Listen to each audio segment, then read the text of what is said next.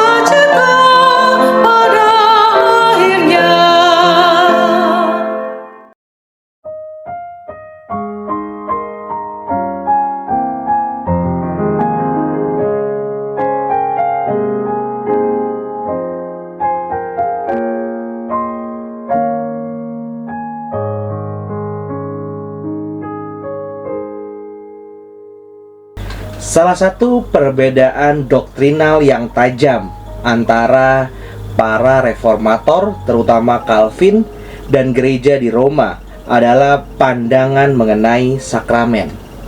Sakramen memiliki pengajaran doktrinal yang sangat mendasar, tetapi juga berkaitan sangat erat dengan hidup sehari-hari masyarakat awam.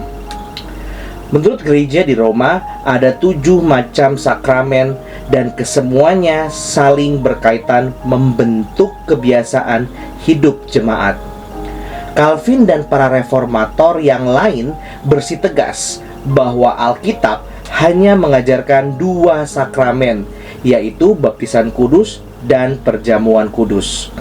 Bagi masyarakat pada zaman itu, ajaran reformasi dari Calvin tentu merupakan suatu perubahan besar, sehingga mereka perlu melakukan penyesuaian dalam kehidupan mereka.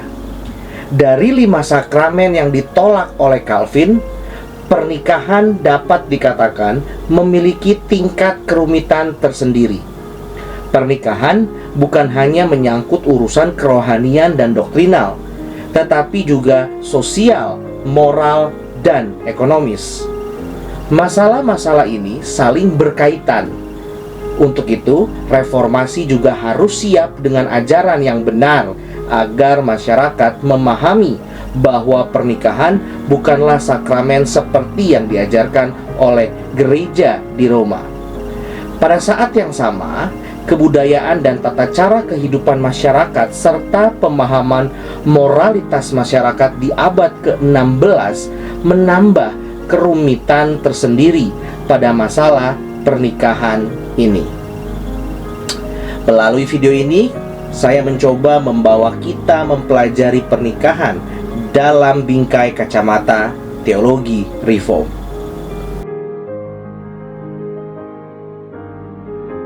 Calvin menulis Institutio ketika ia baru berumur 27 tahun. Dalam usia yang masih sangat muda, ia telah mendapat pengaruh pemikiran humanisme dan teologis yang mendalam dari para pemikir awal abad 16. Ketika ia masih studi di College Royal, Paris, ia mendalami bahasa asli Alkitab, Yunani dan Ibrani, serta sejarah gereja mula-mula. Selama masa belajar di Paris pada tahun 1523 sampai 1528, itulah Calvin mendapatkan pendidikan yang mendalam. Pada waktu itu, College Royal sangat dipengaruhi oleh Erasmus dan Faber Stapulensis. Dan bersamaan dengan itu, ajaran reformasi yang dipelopori oleh Luther juga menyebar ke Prancis. Calvin menggabungkan diri dengan kelompok Circle of Reformers atau Reformisten yang membahas tulisan-tulisan Luther dan Erasmus. Disinilah ia melihat bahwa Luther bukanlah seorang bidat sebagaimana didengung-dengungkan oleh sekolah Sorbonne di Paris sejak tahun 1521. Pada tahun 1533, Nicolas Cop, seorang doktor medis dari Basel yang juga sahabat baik Calvin, diangkat menjadi rektor dari University of Paris. Cop dengan berani membacakan pidato pengukuhannya tentang ucapan-ucapan bahagia Yesus dan pembenaran oleh iman saja. Banyak orang beranggapan bahwa Calvin berada di belakang naskah pidato tersebut. Apakah Calvin adalah penulis dari pidato itu? Sampai sekarang, pertanyaan ini masih menjadi perdebatan yang belum berakhir. Namun yang jelas, oleh karena pidato itu, Cop terpaksa harus melarikan diri ke Basel, dan Calvin oleh karena persahabatannya dengan Cop juga harus meninggalkan Paris dan bersembunyi di Angoulême. Dari sana, Calvin menulis edisi pertama Institutio 1536 yang kemudian diterbitkan di kota Basel. Dalam menulis Institutio, Calvin memakai metodologi yang sangat sederhana. Buku ini hanya terdiri dari 6 bab, yaitu penjelasan tentang 10 hukum Allah, penjelasan tentang pengakuan iman rasuli, penjelasan tentang doa Bapa Kami, sakramen, dan kebebasan Kristen. Genozi berpendapat bahwa susunan pembahasan Calvin dalam Institutio ini sangat dipengaruhi oleh dua karya Martin Luther, yaitu Freiheit eines Christenen Menschen atau kebebasan seorang Kristen, dan Babylonis Gevanzah atau penawanan di Babilonia. Dari cara penyusunan tema-tema dalam Institutio 1536 ini, kita bisa melihat bahwa John Calvin menempatkan pembelaan tentang pemahaman ajaran Kristen yang benar dalam konfrontasi keras dengan ajaran kepausan. Pembelaan ini terlihat sejak ia menulis surat dedikasi kepada Raja Prancis pertama dari Prancis yang mendahului teks dari Institutio. Dalam pembelaannya terhadap ajaran reformasi, ia menunjukkan kepada Prancis bahwa ajaran Injil yang diajarkan oleh orang-orang saleh benar-benar sesuai dengan Alkitab. Di samping itu, ia juga menghimbau agar Prancis menghentikan orang-orang yang menuduh para reformator sebagai penyebar teror dan menganggap para reformator sebagai orang-orang yang memanfaatkan Injil untuk melakukan kejahatan. Perlawanan terhadap ajaran kepausan jelas terlihat ketika Calvin membicarakan tentang sakramen. Ia mengawali penjelasannya tentang sakramen dengan memberikan definisi apa artinya sakramen. Bagi John Calvin, sakramen adalah tanda yang bisa kita lihat, dan melalui tanda ini Tuhan menyatakan kepada kita kebaikannya agar iman kita yang lemah dikuatkan. Atau dengan kata lain, sakramen berarti kesaksian dari anugerah Allah yang disampaikan kepada kita melalui tanda yang bisa kita lihat. John Calvin melihat bahwa janji anugerah Allah itu dimeteraikan melalui sakramen, sehingga anugerah itu menjadi terbukti dalam hidup orang percaya. Sakramen ini diberikan kepada kita karena pada dasarnya Tuhan tahu bahwa iman kita sangat lemah dan membutuhkan kekuatan. Sakramen diberikan bukan karena Tuhan tidak setia sehingga perlu ada bukti untuk menuntut Tuhan, tetapi justru sebaliknya. Sakramen adalah matrai seperti layaknya matrai pada sebuah surat resmi dari pemerintah yang mengesahkan surat itu. Tetapi yang penting adalah tulisan dan isi dari surat tersebut. Metrai hanyalah tanda pengesahan. Sebuah kertas kosong yang bermeterai tidak memiliki kekuatan apa-apa. Akan tetapi, surat yang telah lengkap isinya menjadi berlaku karena adanya meterai itu. Tujuan dari adanya sakramen ini, menurut John Calvin, adalah untuk menjadikan kita semakin pasti tentang kebenaran firman Tuhan. Sakramen diberikan dalam wujud jasmania yang bisa kita lihat, karena manusia bersifat jasmania.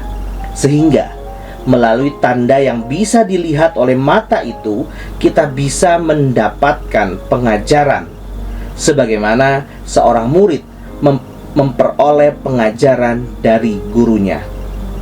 Di sini, John Calvin mengikuti pemikiran Agustinus yang menyebut sakramen sebagai firman yang bisa dilihat atau visible word.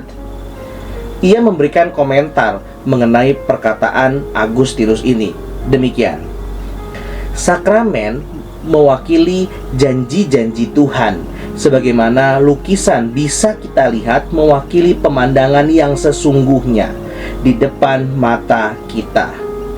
Ia juga menyebut sakramen sebagai cermin yang dapat kita lihat, dapat kita pakai untuk merenungkan segala kekayaan anugerah Allah yang dilimpahkannya kepada kita.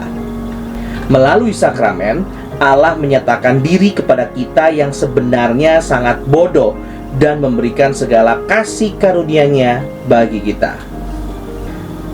Dalam segala berkat yang diberikan Tuhan kepada orang percaya, John Calvin melihat ada 3 langkah penting. Yang pertama, Tuhan mengajar kita melalui firman-Nya. Kedua, Tuhan meneguhkan firman-Nya melalui sakramen. Ketiga, Tuhan membukakan pikiran kita melalui cahaya dari Roh Kudus, sehingga kemudian hati kita terbuka bagi firman Tuhan dan sakramen bisa masuk ke dalam hati kita. Jika tidak ada pekerjaan Roh Kudus, berita firman Tuhan hanya sampai di telinga kita dan sakramen hanya berhenti di depan mata kita tanpa bisa bekerja di dalam hati kita. Sakramen memiliki kaitan yang sangat erat dengan iman kita. Secara rohani, sakramen memelihara iman kita sebagaimana makanan jasmani memelihara tubuh kita. Dari sini Calvin menjelaskan bahwa sakramen memiliki 2 tujuan. Tujuan yang pertama adalah untuk melayani iman kita di hadapan Tuhan, dan tujuan yang kedua adalah untuk menyaksikan iman kita di depan orang lain. Berdasarkan pemahamannya tentang sakramen yang sedemikian erat terkait dengan iman orang percaya, Calvin menyatakan bahwa sakramen Kristen hanya ada 2, yaitu baptisan kudus dan perjamuan kudus. Kedua sakramen ini menurutnya menyatakan dengan jelas betapa dekatnya Kristus telah dinyatakan kepada manusia.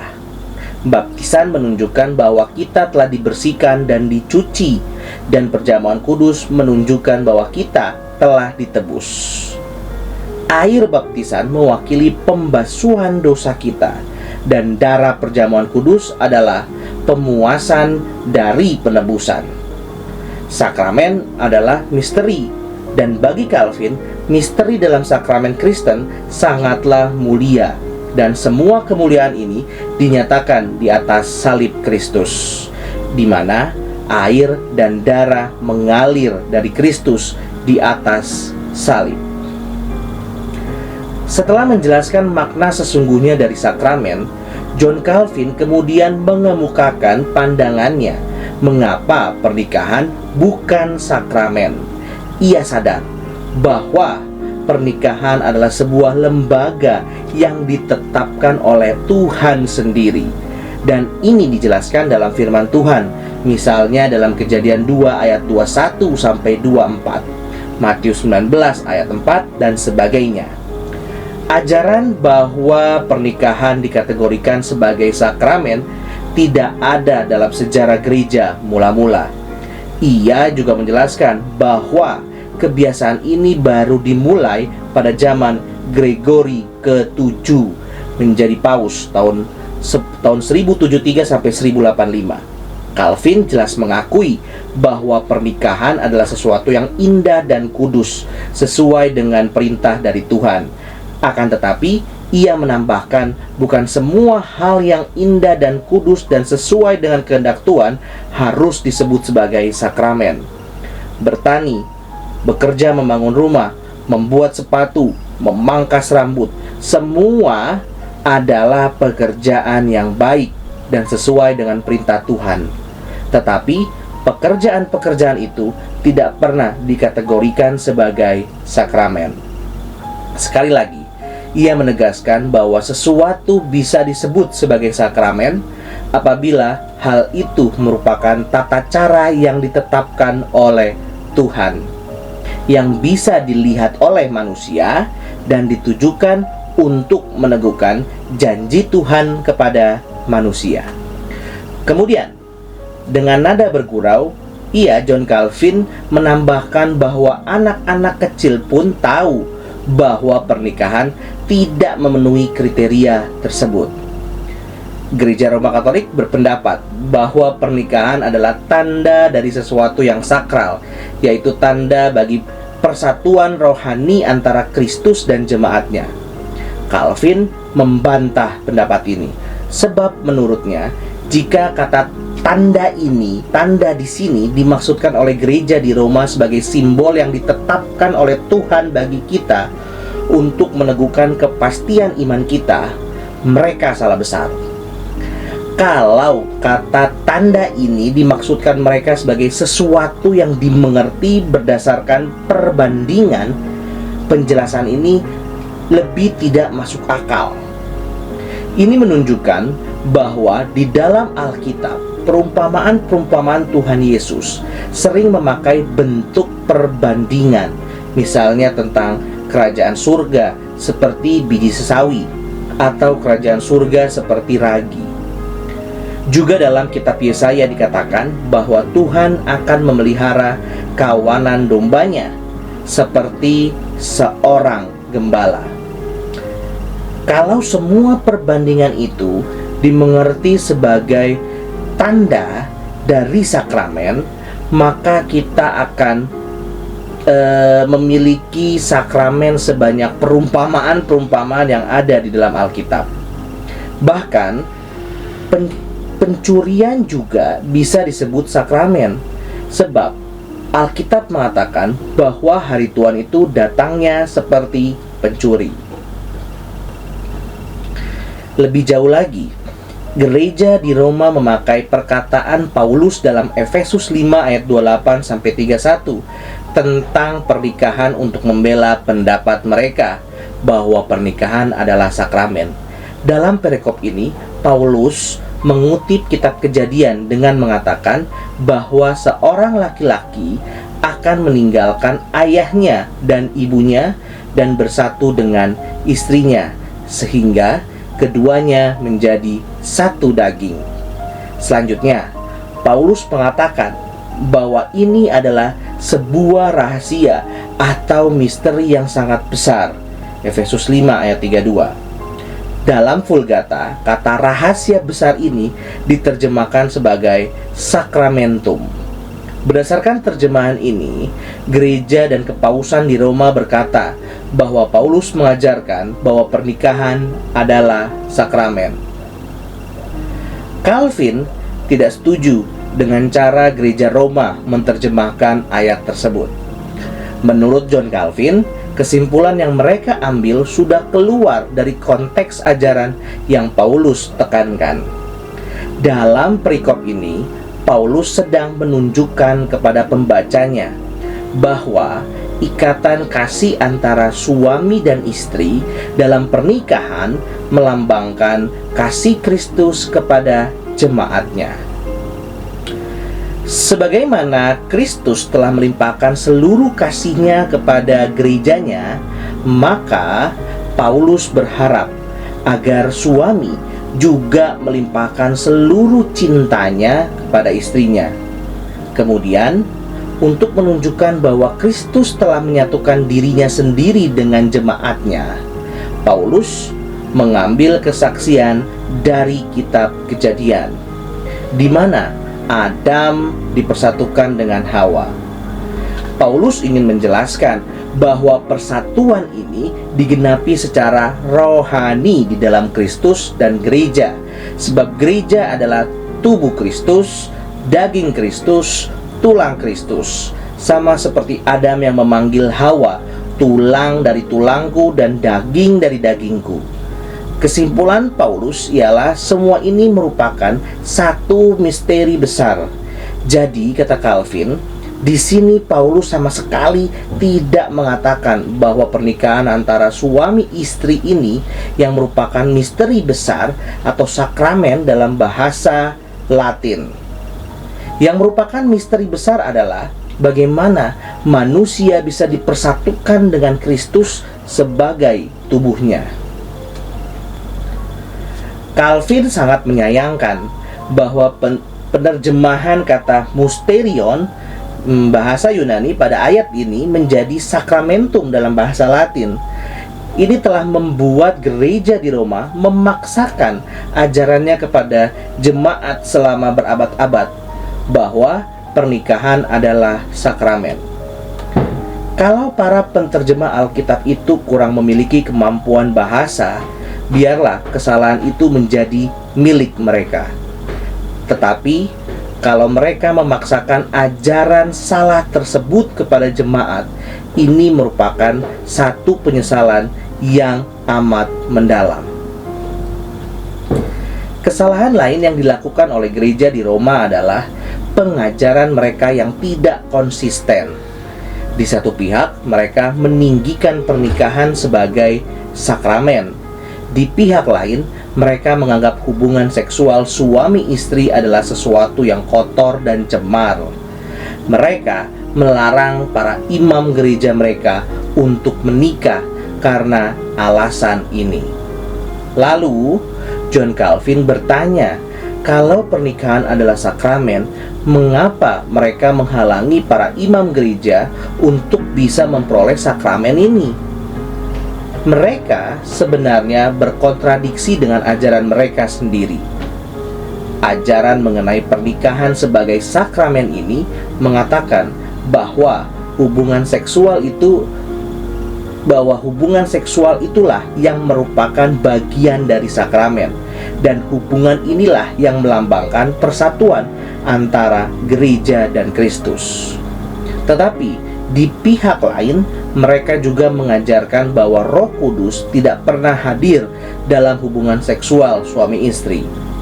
Bagaimana mungkin hal ini bisa terjadi? Bisakah ada sakramen tanpa Roh Kudus?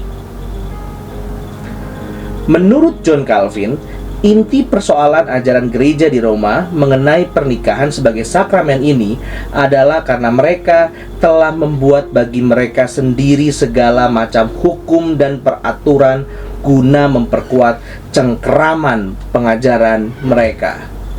Hukum ini sebagian sangat bertentangan dengan firman Tuhan, dan sebagian lagi tidak adil terhadap sesama manusia.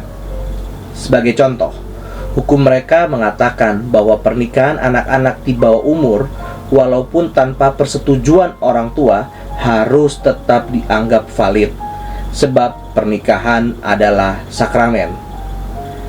Ajaran lain yang dikritik oleh Calvin adalah larangan atas pernikahan antara orang bersaudara, walaupun sudah terpisah sejauh 7 turunan.